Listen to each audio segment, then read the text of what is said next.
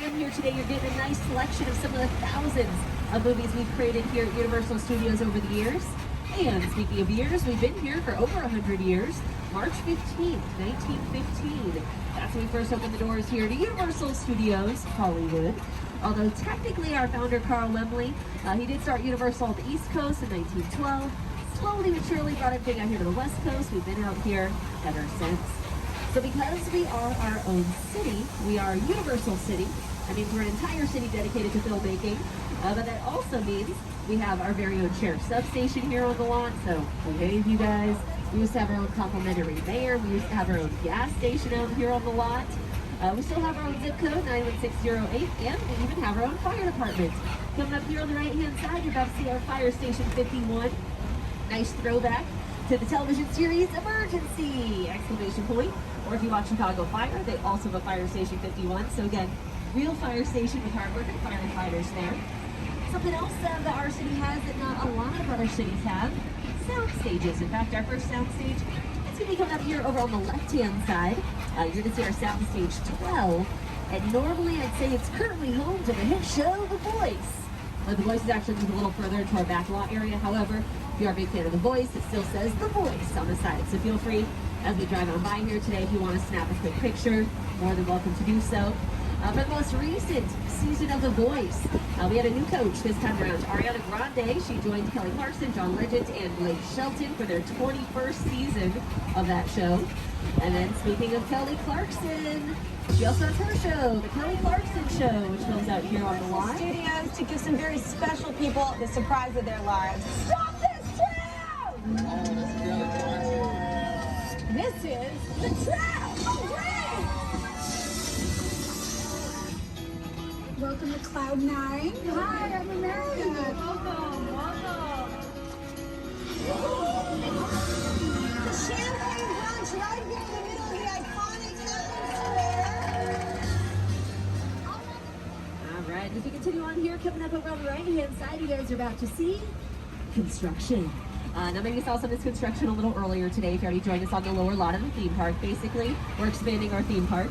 This will be Super Nintendo World. So no official word just yet what exactly we're getting out here, but we know it's going to be Super Nintendo themed. We know it's coming soon, and we know we've already started to sell some of the merchandise in the theme park for characters like Mario, Luigi, Princess Peach. That should give you a pretty big hint as to what is going on in that location.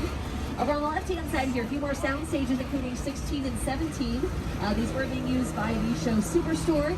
Then we had Saved by the Bell using those two sound stages, and then currently we actually have the show Hacks filming inside there. And Hacks, that's an HBO show. Even though we're here on the Universal Studios lot, it's totally fine. It works like a big rental facility out here. So other studios, they may rent out our sound stages, our props, our sets. We go along with them, they go along with us. The only time we're really competing is at the box office or during the award season. But as long as they're doing well, hopefully, fingers crossed, we're doing well as well. Now, another show that's been filming out here on the lot, Mr. Mayor, it's back for season 2. That's the one that stars Ted Danson. And you might be thinking to yourself, wait a second, Katie, Ted Danson, wasn't he the star of another show that used to film out here on the lot? Yeah, he was. He was one of the stars of the show, The Good Place. You, Eleanor Shellstrop, are dead. Cool. This location, the afterlife, come on. I've never ever seen this. You're in the good place. I'm not supposed to be here. I can't risk going to the bad place. Okay, well, maybe it's not all that bad. How can I help you? What is the bad place like? Well, it doesn't sound awesome.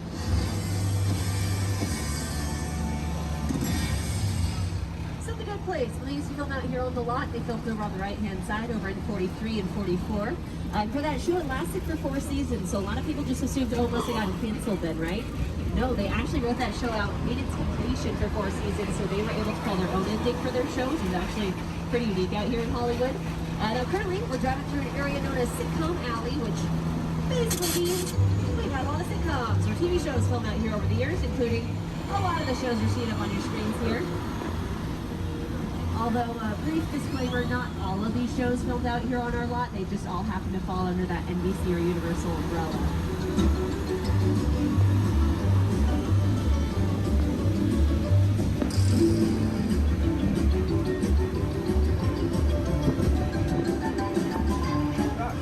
And then coming up here over on on the left-hand side, you guys are about to see a celebrity sighting today. That's right, we got Ted hanging out here on the lot with his little martini glass in hand, of course. Ted's probably celebrating the fact that it was still pretty recently announced Ted is going to be starring in his own TV series, so we all have that to look forward to. And that little martini glass he's hanging on to back there, it's actually a nice reference to a filming term, martini shot. So when you're on set, you hear something called martini shot, you're going, yes. That means it is the last shot of the day, and then you get to go home and make yourself a martini, if you're of age. So he's just hanging outside of our production bungalow area off to the left. This is where our pre-production or the planning process takes place. In fact, coming up here on the left, we've got our 7 Bucks Productions. That's Dwayne Rock Johnson's production bungalow here on the lot. We also have Brownstone Productions out here. That's Elizabeth Banks' production company. You may recognize her name from the Pitch Perfect franchise.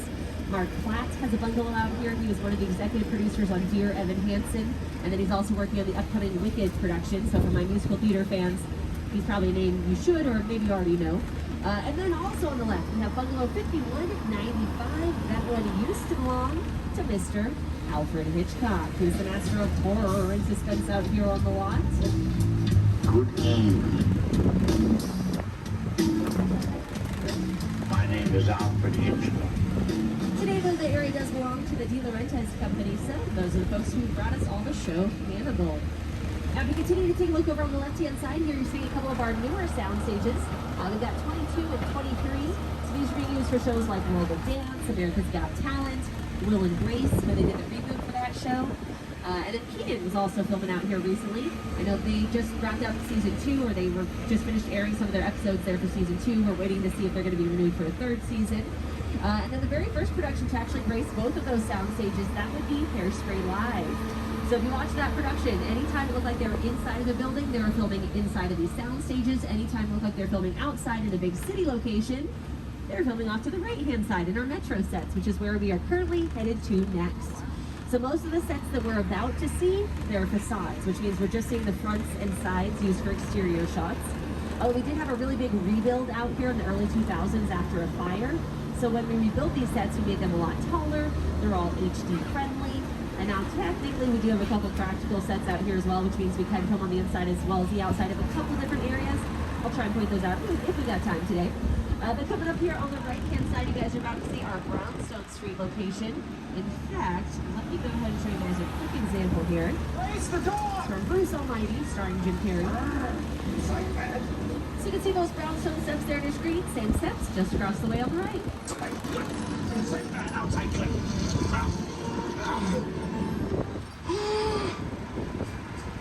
Oh, you're done now. Great. Beautiful. And our Brownstone Street location, honestly, you guys, this is a filmmaker's dream location because say we have a scene, maybe our movie starts off, our main actor, he's leaving his apartment for work. Great, we've got that shot right here at our Brownstone steps. Then all of a sudden, he's going to work, so we turn the camera around and we're at these really high-tech buildings in downtown. Maybe we have our main actor drive his car around the corner, we go, oh man, traffic was crazy. We as the audience members have no idea, we literally just turn the camera around. Then maybe after work, his character goes to the park to play ball with his kids. Right, we've got a park right there in the center. So 3 very distinct locations, all in one central area, which is why this area is utilized over and over and over again. The Mindy Project used to film a bunch of scenes out here. Home Alone 2, Lost in New York, the scene where the 2 robbers are trying to break into the apartment. That is right here. So again, it really has been used over and over again. And then right now, guys, looks like we're switching some things up. We're going to take you down on York Street. So at this point, you guys, welcome to the Big Apple. Hey everyone, welcome to New York. I got my start right here in New York on Saturday Night Live. This is actually my old neighborhood. I once got mugged over there by an old woman, tough lady. This is my favorite hot dog guy. Hey buddy, how's it going? Remember me? No. Just like old times. Gotta love New York City. Hey, I'm walking here. Hey, it's cool guys. I was just walking there. So it's not exactly New York, but a lot of times when you see New York in the movies, it was shot right here on the Universal Metro sets. If you can make it here, you can make it anywhere. Even if you make it here on the Universal lot.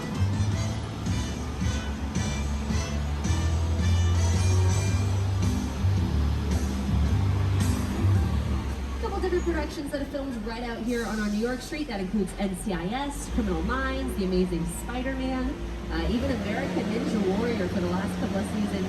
They set up their huge obstacle course all along our New York Street, and those amazing athletes are out here, competing against each other, trying to complete that said course.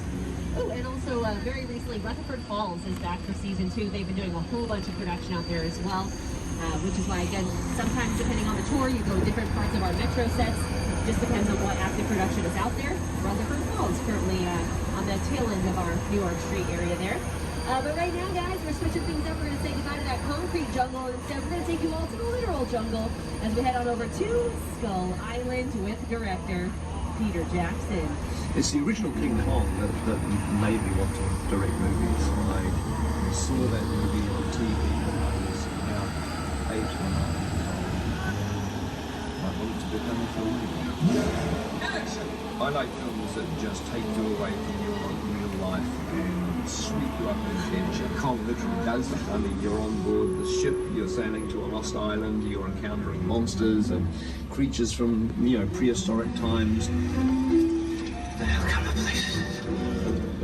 So I was thrilled when Universal invited me back to Skull Island, and it's great to have you along for the ride. Now, we have created this 3D immersive experience, so you're going to have your glasses ready. Don't put them on yet, but just put them in your hand because we're about to return to Skull Island. We really put a lot of thought into the character and personality of Kong, and he's so much more than a monster. In fact, he's not a monster. He is an incredibly majestic, ancient creature. He's a force of nature. He's old, he's wise, he's proud, he's fierce, and obviously he has a heart. The most important feature with Kong are his eyes. Kong's eyes are wonderfully expressive. They're full of emotion. His eyes are like a window into his personality and his heart. He's had an enormous number of encounters with his foes, the T-Rexes and the various dinosaurs on Skull Island, so he's been beaten up, scarred, chewed up, spat out by these dinosaurs at various times.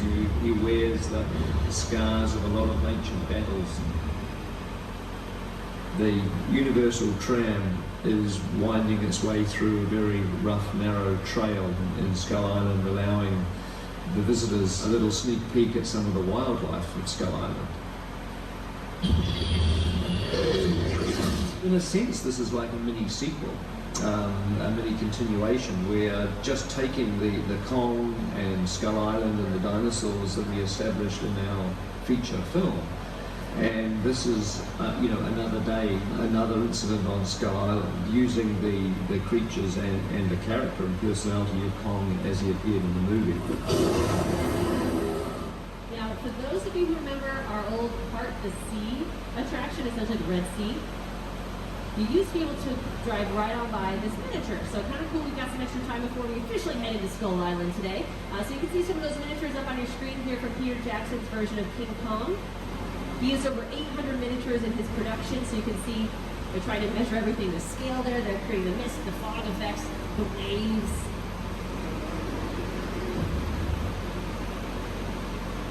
Definitely fits his style as far as miniatures. My Lord of the Rings fans, he used over 80 miniatures in those productions as well, so he's definitely no stranger to using those in his works, and it definitely pays off in the end. And then all of a sudden, you get a shot like this where you're like, oh, how iconic, how great, oh, we got a duck. This one's right into the shot, so again, pretty neat to see that before we officially head on in.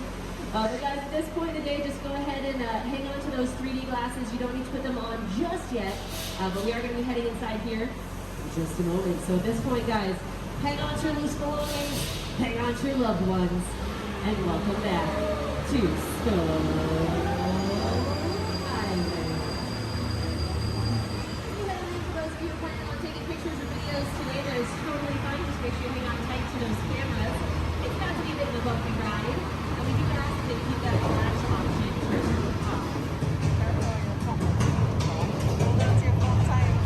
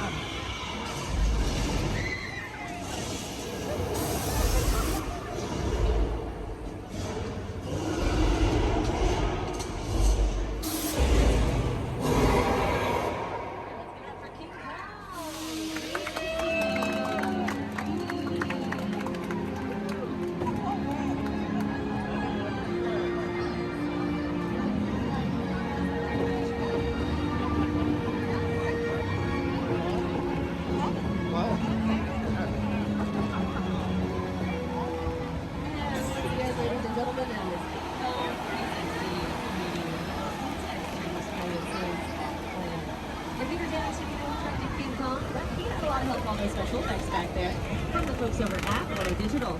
And Weta Digital, they've won numerous Academy Awards for their work on films like Avatar, Lord of the Rings, and King Kong. And at this point in the tour, you guys can go ahead and hang on to those 3D glasses. We'll definitely need them a little later on here in the tour. But if you take a quick look up at your screens right about now, you can see that room that we were just in. Those screens over 40 feet tall and 180 feet wide. In fact, the original King Kong, he was a miniature, so about 18 inches tall. And then, like I mentioned earlier, Peter Jackson used over 800 miniatures in his production of King Kong. Of the environment. They're looking in all directions. There's creatures coming at them. You're seeing Kong from this side and T-Rexes from the other side. Working on a movie, we always know what people are looking. They're looking straight ahead. They're looking at the shot that we're working on. Here you have to take into account that people are looking in all directions. Also, one of the things about this ride, unlike the movies that we're used to working on, there's no cuts because it's one giant shot. This tram that's driving along through Skull Island is where the camera's from. This ring represents where the screen is 10 meters away. We're really creating about 50 minutes of a feature film. That amount of visual information, that number of pixels, and presenting them to the audience, it's a hell of a ride.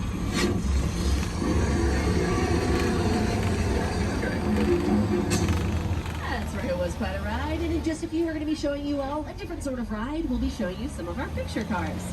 So picture car, that's going to be any vehicle that's seen by the camera, whether it's in a movie, TV show, commercial, or music video.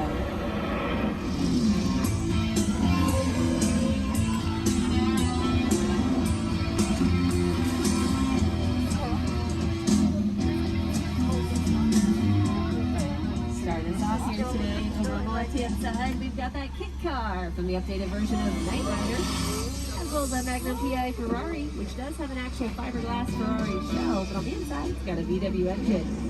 A few of our vehicles from our Back to the Future Part 1 and Part 2 flick, and a few of our vehicles that are back in the past. Yep, our Flintstones cars. For my Fast and Furious fans, we got a couple vehicles out here for you as well today. For my Jurassic fans, that gyrosphere is out here, but the glass is missing. And that's because it was all CGI, computer-generated imagery. Basically, we want to make sure our actors can breathe, and if we had glass on that circular structure, at some point we catch the reflection of the camera, so they just decided to add that in digitally.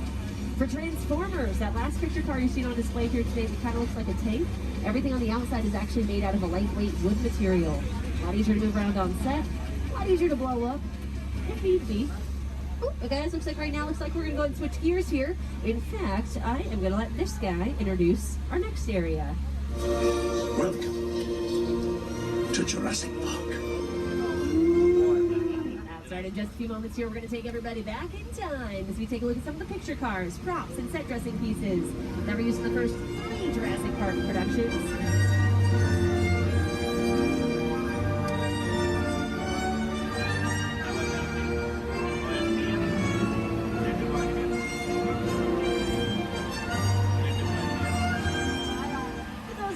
Lost World Jurassic Park, and you recognize the mobile lab unit. It's coming up here on the left-hand side. In fact, I'll show you the same scene on your screens where it's featured. So this mobile lab unit, just like that tank from Transformers, it is also made out of a lightweight wood material. Looks like it's been dragged off the edge of a cliff by the angry Mama T-Rex. That cliff on your screens, that's a parking structure on our front lot. We've just dressed it up a bit for this particular scene. We've got a crane on top, dangling it right off the edge. And then looks like some of the dinosaurs got out of their cages. Oh my goodness, I had no idea that was going to happen. Oh man.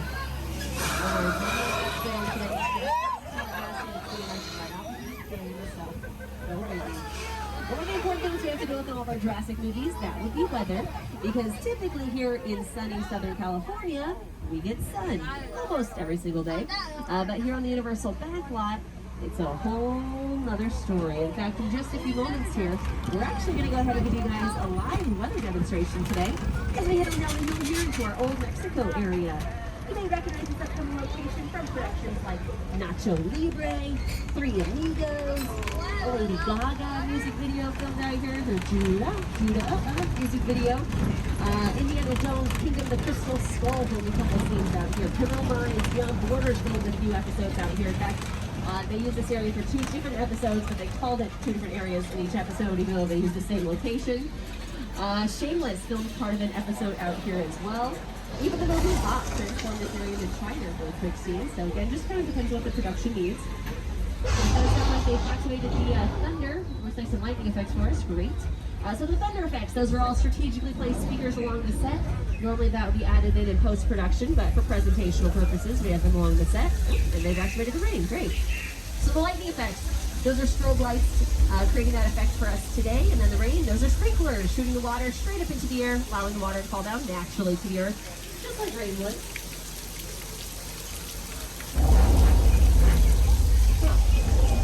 You know, normally at this point in the tour, this is where they turn off the rain effects.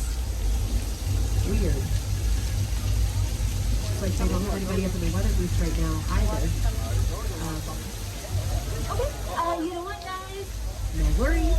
You know, I'm sure we'll have someone out here in just a few moments, so hold on. Oh boy. Okay, looks like all that rain, we just caused ourselves a flash flood. Make sure you keep those cameras nice and protected. I'm sure you'll all be very happy to know that all that flash flood water you see there, it's all recycled water. We do cycle it right back up to the very tip top of that hill. And we just saw flash flood up close and personal. You may have also recognized that location if you saw this movie, Big Fat Liar. You can't outrun the wolf, kid! Yeah, we'll see about that. You're a funny poster!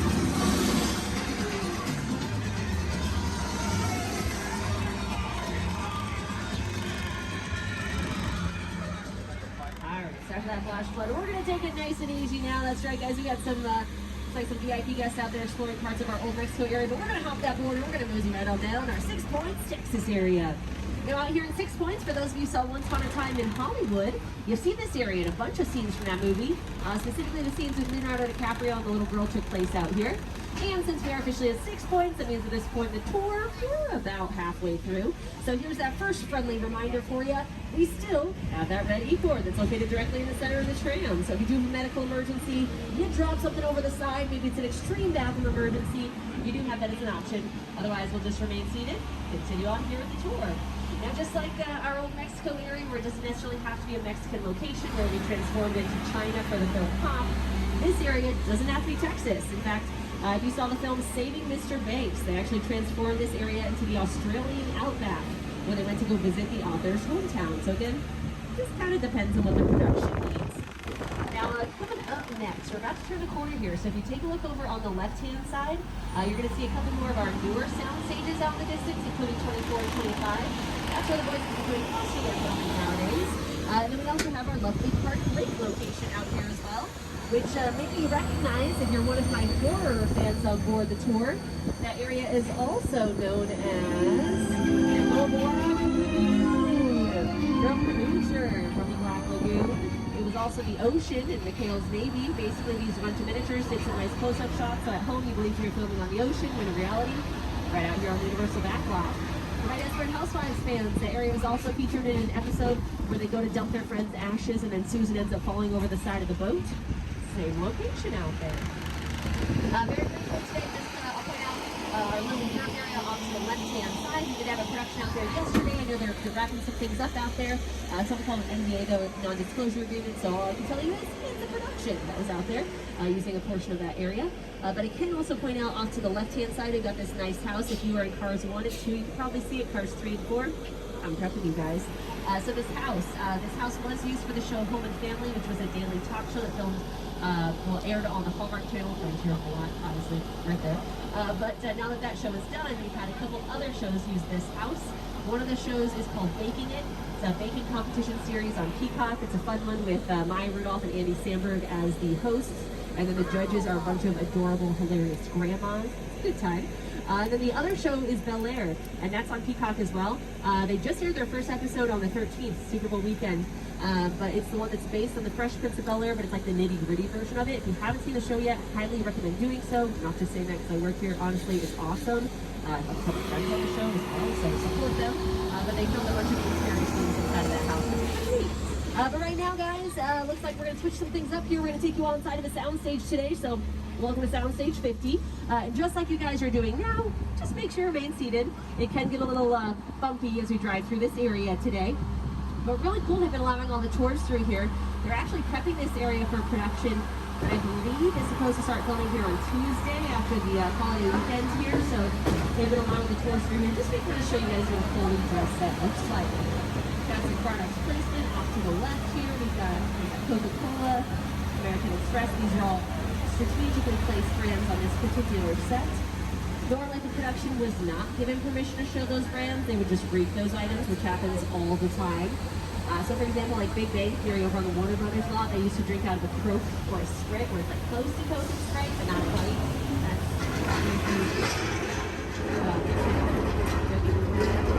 Just like our California Tremor.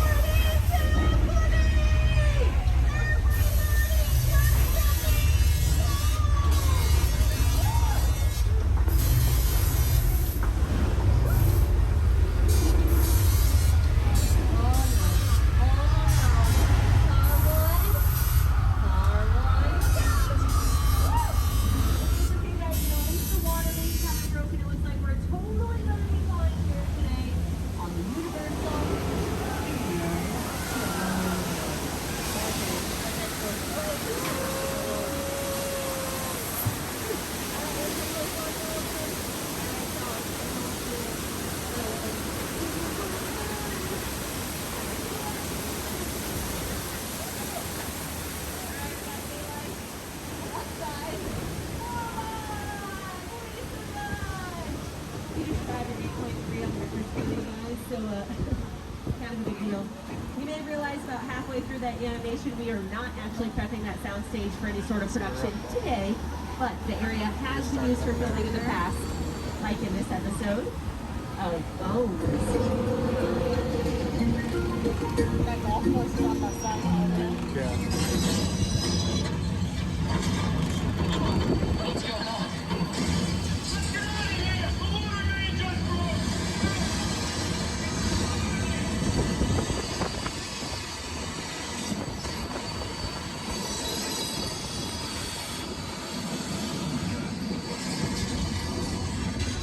Alright, so I know earthquake back there was a little dramatic for some of us. We're making up to you guys.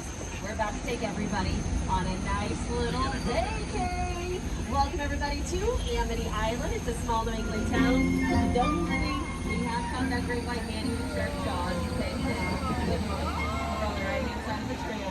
In fact, my friend George, he's a police diver. He's out in the water right now. He's just checking to make sure everything's all clear for us. Just in case we decide we want to hop out, you know, we go for a nice little afternoon swim. Looks like we're sitting on the water there with George. Hey George, George might want to select your police boat, buddy.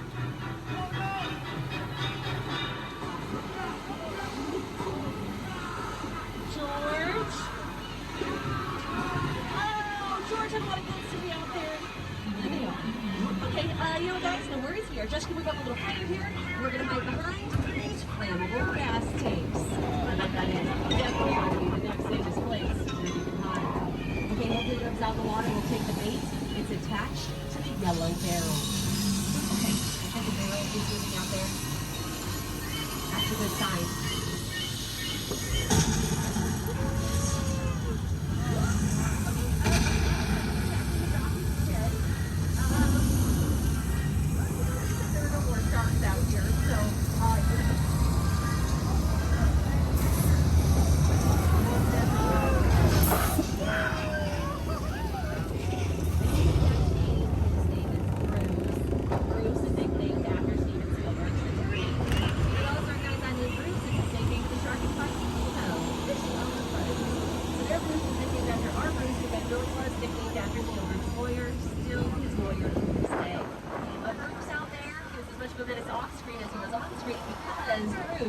was originally designed for freshwater.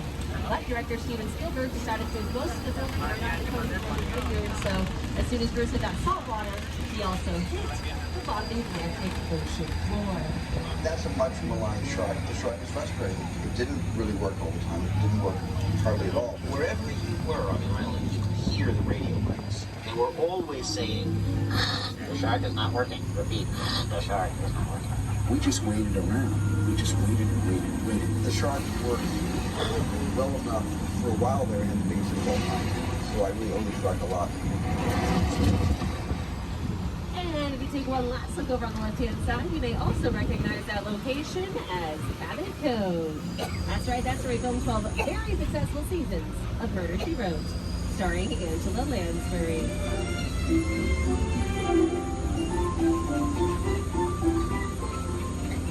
And as you continue to make our way up the hill here, coming up along the right-hand side, you see our chicken ranch, which was originally designed for this production. A nice little whorehouse in Texas. Also heavily featured in Rob Zombie's House of Thousand Corpses and El Mateo's Sorry for Hard Rocking music videos. So this is a great example of a practical set. And just meeting potential on the inside as well as the outside. Great example of that facade in the backyard. Sometimes tells a good series about a boy who's coming out there for about 2 seasons. Over on the left-hand side, we've got the tail end of our Colonial Street, otherwise known as Wisteria Lane. We've actually had a production out there in the last couple weeks. The show Never Have I Ever. They're back for season 3, so they've been doing a bunch of production out there. In fact, let me go ahead and show you guys a couple quick examples on your screens of other productions that have used that very traditional-looking neighborhood over the years. Smash Mouth filmed their all-star music video out there. Nelly filmed a music video out there with Kelly Rowland. Animal House did a spin-off TV series in that neighborhood. The Monsters home was located out there, 1313 Mockingbird Lane. So really have been used over and over again.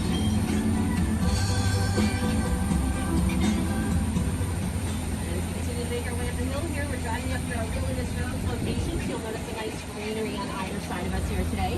We saw Bird Box on Netflix starring Sandra Bullock. This was the wooded area where she was with boy and girl. They're trying to get to their safe location.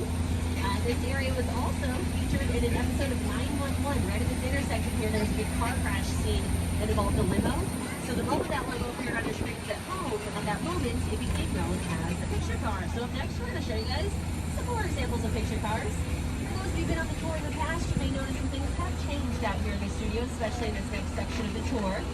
So coming up here on the right, we've got that school bus and creepy ice cream truck for my Halloween Horror Nights fans. We recognize those from a few of our mazes. That yellow Mini Cooper there, that is from Mr. Bean's Holiday. And we've got a whole bunch of cars out here for my Fast and Furious fans. You might even recognize a couple from the latest and greatest F1. Now all those cars, they are currently parked right along the side of the motel we have out here on the lot. Some people say the owner of this motel, he's a little different. I say the owner of this motel, a little psycho. Welcome everyone to the motel, the Psycho House.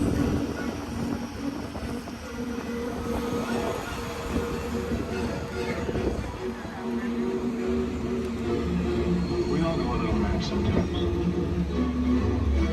Oh, looks like my friend Norman Bates is home today. Hey, Norman. Hey, buddy. All right. Looks like maybe he's a little distracted right now. Maybe a little busy. Oh, he's so romantic. Look at the way he's carrying. Okay, ladies and gentlemen, let's just remain calm. Let's just play it cool. I don't think he's seen us yet. So we're just... Oh, hey, no, oh, no, he's seen us. That's definitely a knife. Okay, well, good luck, car 3. Car 4? Yeah, no chance. Oh, no. Oh, no, Norman. Take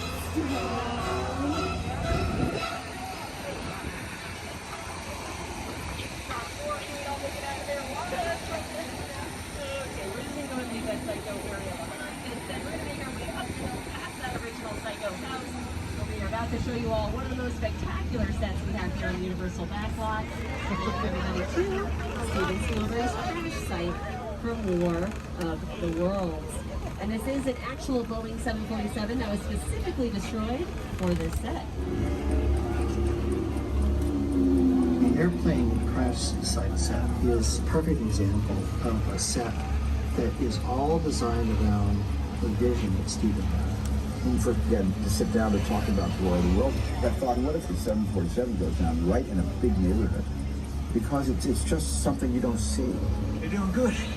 You're doing good. Keep pressing me. Listen, I want you to close your eyes, okay? Okay, I'm closed.